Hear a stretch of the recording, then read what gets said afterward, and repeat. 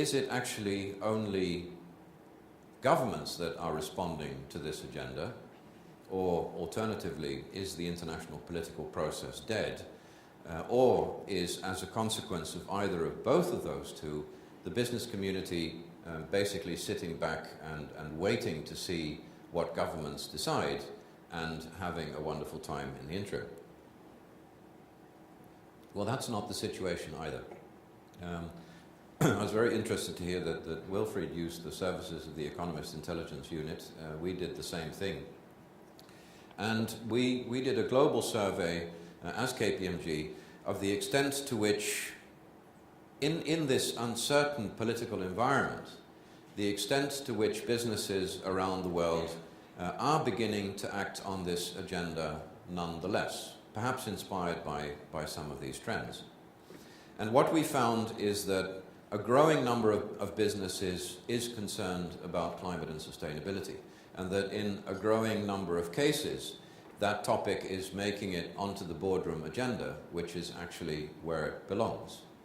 That is reflected in the fact that a growing number of businesses are reporting on sustainability, a growing number of businesses are planning to report on sustainability, and a decreasing number of businesses, only about 5%, are saying, actually that's all rubbish and we're not going to report on it at all.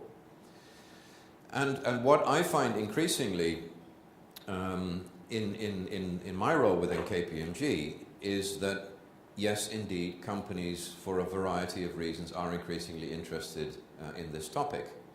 The question was asked once again by Dick, to what extent is the data being provided by the Carbon Disclosure Project actually being used by the investors that are paying for the data to be collected?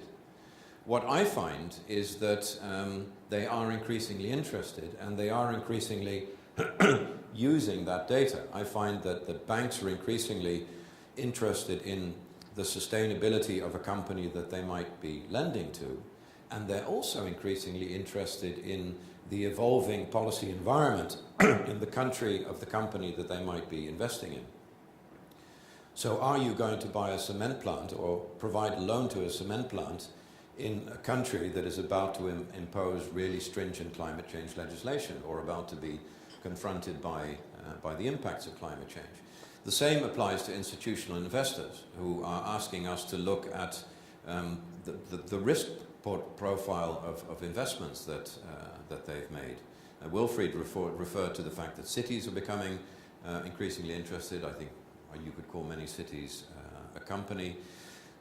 What we're increasingly seeing is that for cost reduction reasons, for branding reasons, companies are increasingly beginning to take an interest in this agenda, and are beginning to basically reform their operations and look at their supply chain.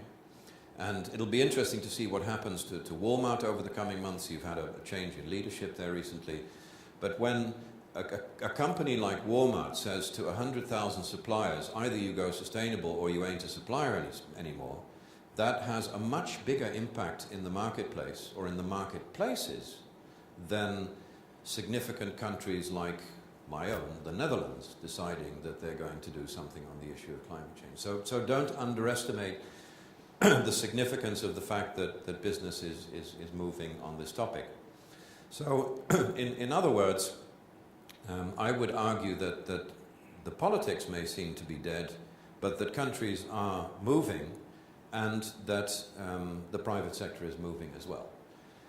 And what I find interesting evidence in terms of public sector action shaping the business environment is the way that many countries use the economic crisis really as an opportunity for a gear change in terms of the nature of economic growth. You all know that the Chinese character for crisis is two characters, crisis and opportunity, and that's really how they used it. The Chinese used a very significant part of their economic recovery package, I think about a third, to drive a fundamental change in the nature of the Chinese economy, to invest in wind, in solar, in energy efficiency, in more efficient cities. And I believe, I don't have the time to go into it now, but that is driven by a fundamental realization that you cannot continue to grow the Chinese economy at 8-9% per year in the way that that economy is being run at the moment.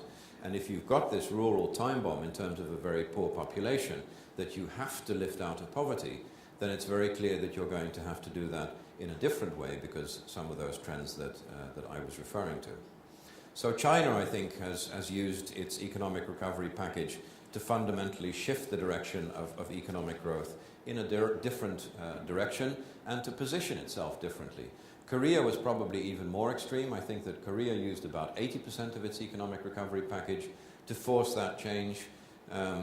Both China and Korea have rather peculiar or exceptional relationships between the public and the private sector, and you see in both of those cases that that agenda is really being forced through and embraced by the business community and leading to fundamental change. So that, I think, is significant.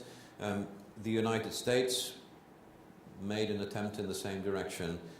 Europe did the same thing. So I would argue that also from the perspective of economic recovery packages, governments, to the extent that they can, because of course there is this huge crisis out there, that governments, to the extent that they can, are trying to drive this change agenda.